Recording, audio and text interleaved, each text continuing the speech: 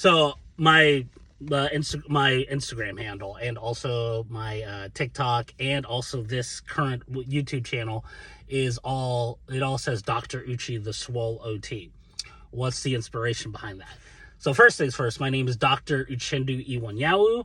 I got my doctorate in occupational therapy. I also have a CSOT from the ISOT.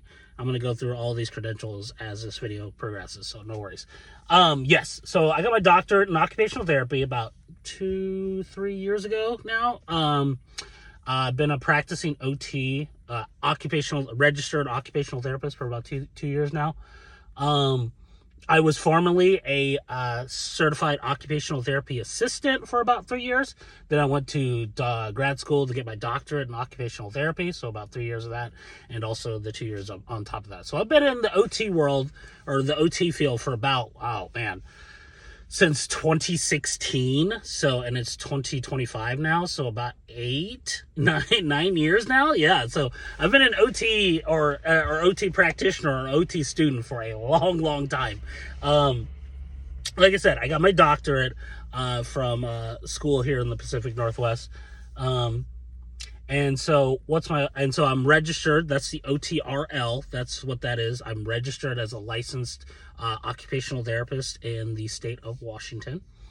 I also got my CSOT. That is a certified sexuality occupational therapy practitioner certification. I got it from the ISOT. This is the Institute for Sex and Occupational Therapy. Check them out on Instagram. They also have a website as well. I think you can just Google search ISOT and you'll find them. Institute for Sex and Occupational Therapy. Dr. Catherine Ellis is the founder of that institute. Wonderful OT, and the stuff they're doing over there, the stuff that she's doing over there is absolutely innovative in so many ways. What else? So going off of that, did you know that there's about 130,000 occupational therapists in the United States right now? Keep in mind that the U.S. workforce is 170 million. It's not a lot of us. It is a very small amount of people compared to the actual workforce. So I like to call it our current patient population. It's probably about, 330 million. There's U.S. citizens, so probably like 170 million of like actual people in desperate need of some sort of occupational therapy services out there. And there's only 130,000 of us. So there's not a lot of us. Now, out of the 130,000, 80% of those are women, and like 20% or less than 20% are men. So that's already a huge deficit right there. And then on top of that, I think it's like approximately 5% are black. I think 6% are Asian. Another 70% are white. I think another 6% are 2 or more races. Or is it 6% is Hispanic? I don't know the exact numbers, but you could Google it. You can find it yourself. I could run through them in another video, but it's easy to find the demographics of OT.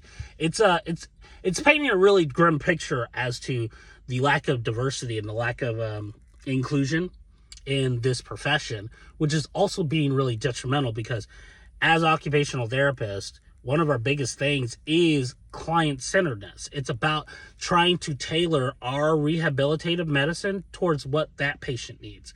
And what if that patient doesn't look like us, doesn't have our same lived experience? How are we going to figure that out? There are some things that, culturally speaking, are acceptable in different cultures that are not acceptable in others. And the idea that we are not as diverse is a huge issue. I understand that DEI is under attack right now, and everyone rolls their eyes at DEI initiatives and all that. But it is important to keep in mind that diversity does make a profession more. It does make a profession better, and unfortunately, in order to have diversity in a profession that centers around client-centeredness, which is diversity and inclusion, by the way, it's just another way of saying that.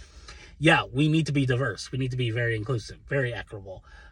So 20% of men are in occupational therapy and 5% are black. So what's 20% of 5% of 130,000? It was less than 1%. Less than 1% of occupational therapists are black men. So, which is why it's really, really important I put my face out there, because there's not a lot of us. We're rare amongst rare. So how many of those are black men with doctorate degrees in occupational therapy? And then also on top of that, how many of them are black men with doctorate degrees in occupational therapy and also have a CSOT, a Certified Sexuality Occupational Therapy Practitioner certification? Like I said, I might be the one. So it paints a really, really real picture about, like, holy shit, this is huge, you know? And so I want to make sure to put that, this out there so that people know, like, that occupational therapy, one, is in need of some diversity, and two, it will make our profession better, and three, we do exist. The diversity in occupational therapy does exist. And I hope this helps you inform you of that.